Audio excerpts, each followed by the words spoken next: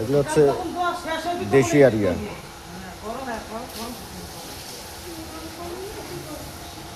সব দেশি, এই দিকটাতে দেশি।